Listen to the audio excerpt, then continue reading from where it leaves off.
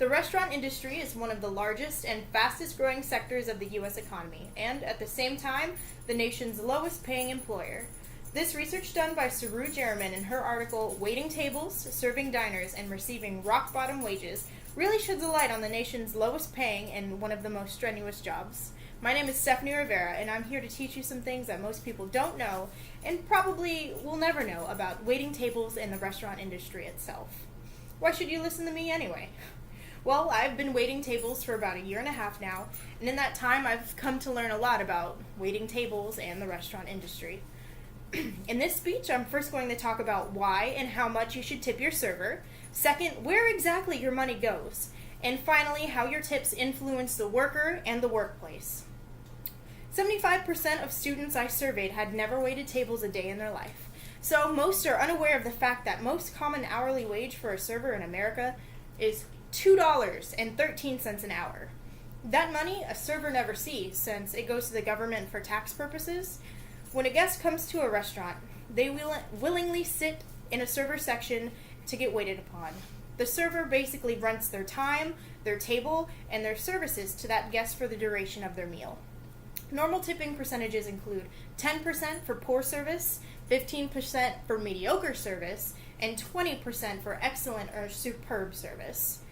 Now that we've discussed correct tipping percentages, let's talk about where exactly your money goes.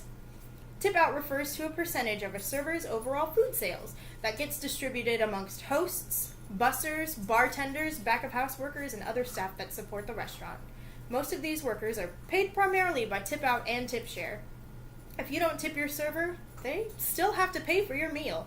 Yes, that's right, regardless of whether you tip your server or not. Someone who spends time, service, and effort working for you, they still have to tip out based on the food you ate. Well, why don't restaurants just pay their employees a livable wage? One of the most common arguments regarding this field is that employers should just pay their employees hourly.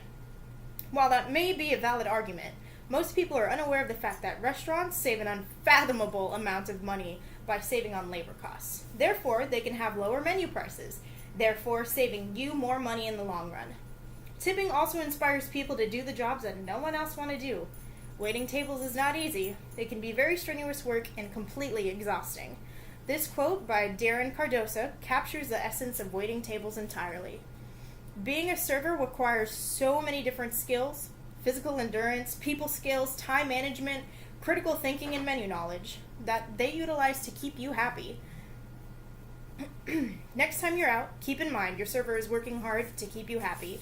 Remember to tip appropriately, that your tip helps everyone make a living and keeps them willing to bend over backwards for you.